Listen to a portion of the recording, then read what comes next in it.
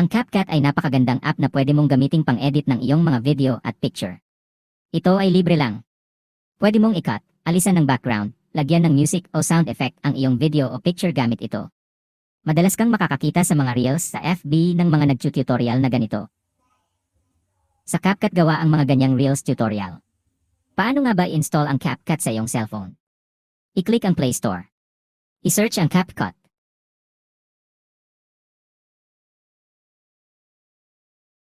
I-click ang search. Next, i-click ang CapCut. Then, i-click ang install.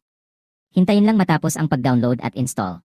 Pagtapos na, i-close ang Play Store. Next, i-open ang iyong CapCut. I-click ang accept. I-click ang new project. Next, i-click ang don't allow para sa CapCut notification.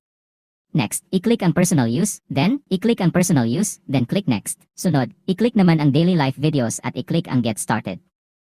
I-close lang kung may lalabas na popular templates. Next, i-click ang edit. Para magsimula ng mag-edit ng iyong video o picture, i-click lamang ang new project.